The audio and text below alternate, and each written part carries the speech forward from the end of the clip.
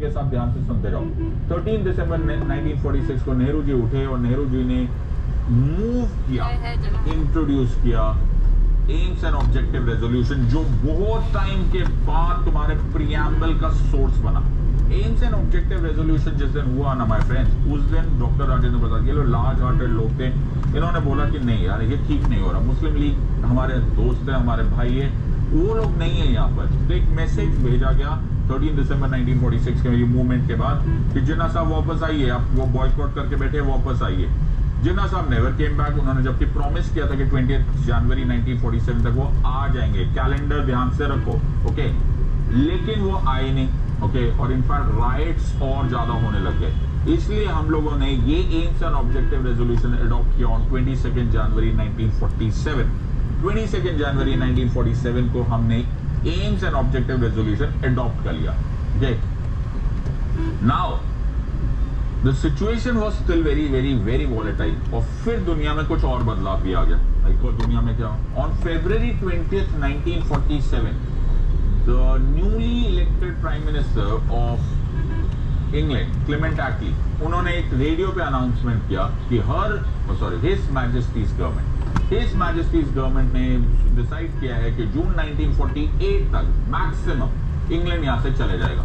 हम इतने सालों से इंतजार कर रहे थे, भाई ये लोग कब जाएंगे कब जाएंगे कब जाएंगे। जिस दिन उन्होंने अनाउंस किया हम बड़े घबरा गए, यार इतनी जल्दी जा रहे हो। रीजन ये था कि हमारा कॉन्स्टिट्यूशन नहीं बना था, रीजन ये था बिकॉज हम लोग रेडी नहीं थे, रीजन ये था कि सिविल वॉर लाइक सिनेरियो वो पड़ा था, हिंदू मुस्लिम राइट्स होने का चांसेस है। क्लेमेंट एटली ने ईस्ट को बचाने के लिए लॉर्ड माउंटबैटन को भेजा, और लॉर्ड माउंटबैटन ने 3 जून 1947 को एक प्लान दिया, इसको पॉपुलरली माउंटबैटन प्लान या 3 जून प्लान बोलते हैं। और उस दिन उन्होंने जिन्ना साहब को बुलाया, बोला जिन्ना साहब बताओ, नेहरू जी, जिन्ना जी, सब लोग बैठिए, क्या चाहिए? तो Jinnah said Pakistan, first time ever, ना ट्रिप्स मिशन है ना कैबिनेट मिशन है, first time ever Lord Mountbatten ने पाकिस्तान की डिमांड एक्सेप्ट कर ली। This was the first time Britishers accepted the concept of Pakistan, and we started running towards independence. Independence अपने आप हो नहीं सकती क्योंकि माउंटबैटन तो एक एग्जीक्यूटिव थे, ब्रिटिश पार्लियामेंट ने डिसाइड करना था। एंड इन जुलाई ऑफ 18 जुलाई 1947 को हमने ब्रिटिश पार्लियामेंट में एक एक्ट पास होते हुए देखा, और वो एक्ट था इंडिया इंडिपेंडेंस एक्ट 1947, जिसने बोला कि on the appointed day of 15 अगस्त 1947 there will be end of British rule, end of British rule. India and Pakistan दो ओन ऑटोनॉमस डोमिनियंस बनेगा, और हिज मैजेस्टीज और हर मैजेस्टीज गवर्नमेंट अब नहीं होगी।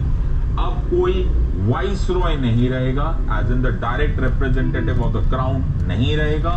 द गवर्नर जनरल अपॉइंट होगा तब तक जब तक इंडिया या पाकिस्तान रिपब्लिक नहीं बन जाता, या फिर अपना ओन कॉन्स्टिट्यूशन नहीं बन जाता।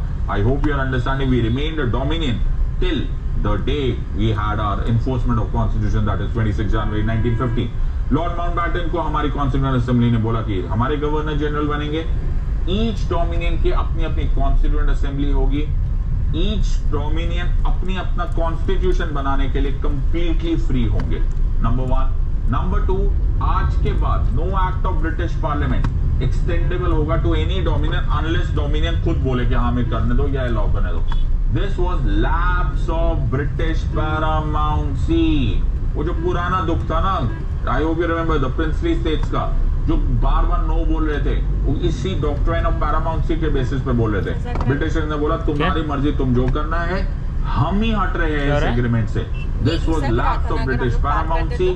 Now the princely states would say, यही सब बहुत कुछ देखना पड़ता है। इंडिया ज्वाइन करो, पाकिस्तान ज्वाइन करना, पाकिस्तान ऐसे चलाने से लेकिन थोड़ा सा माइलेज कम देता है, लेकिन मजा नहीं आता, अब धीरे धीरे खाली लुढ़कते रहे। During this period of time तुम्हें नोटिस करो 1947 से अब तो पहले से थोड़ा ज्यादा कंट्रोल आया है, नहीं 1946 से लेकर 1950 तक तुम्हारा कॉन्स्टिट्यूशन तो बना नहीं था। तो उस टाइम पर इंटरिम कॉन्स्टिट्यूशन कौन था? रुक जाते थे ना, कॉन्स्टिट्यूशन था गवर्नमेंट ऑफ इंडिया एक्ट 1935। किसी भारी वही ऐसे बढ़ते हैं माय फ्रेंड्स कॉन्स्टिट्यूशन। ये देखो, ये तुम्हारा